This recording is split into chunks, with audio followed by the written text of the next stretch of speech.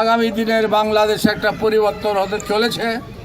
আমাদের দলে আপনারা আওয়ামী লীগ থেকে আসবেন, আপনাদের দায়িত্ব আমরা নেব। জেলখানা, নবাবগঞ্জ থানা, যে কোনো দায়িত্ব আমরা নিব ইনশাআল্লাহ। আপনারা আওয়ামী লীগ থেকে জামাতে জয়েন করেন, আপনারা বিএনপি থেকে জামাতে জয়েন করেন, আপনাদের দায়িত্ব সৈন্য। জামাতি এগুলা জামাতি মনে করেন না, এখন শক্তিশালী জামাত। নবাবগঞ্জের সমগ্র সমস্যা লতিফুর রহমান দেখে। হ্যালো ওসি সাহেব, হ্যালো এসপি সাহেব, হ্যালো ডিআইজি সাহেব। লতিফুর রহমানকে করে কোনো লিডারের কাছে মানুষেরা যায় না। কি কথা ঠিক না?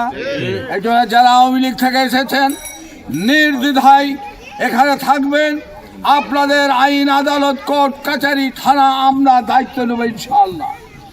আর হিন্দুরা জামাত ইসলামী করতে পারবে, আমাদের গঠনতন্ত্রের 12 নম্বর ধারাতে উল্লেখ আছে।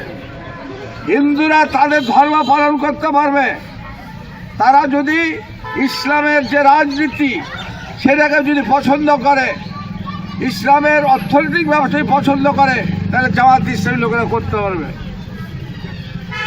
হিন্দু ভাইয়েরা জামাত ইসলামী করতে পারবে। হিন্দু ভাইয়েরা মুসলমান হচ্ছে না, পৃথিবীতে মুসলমান হচ্ছে না। কি কথা ঠিক না?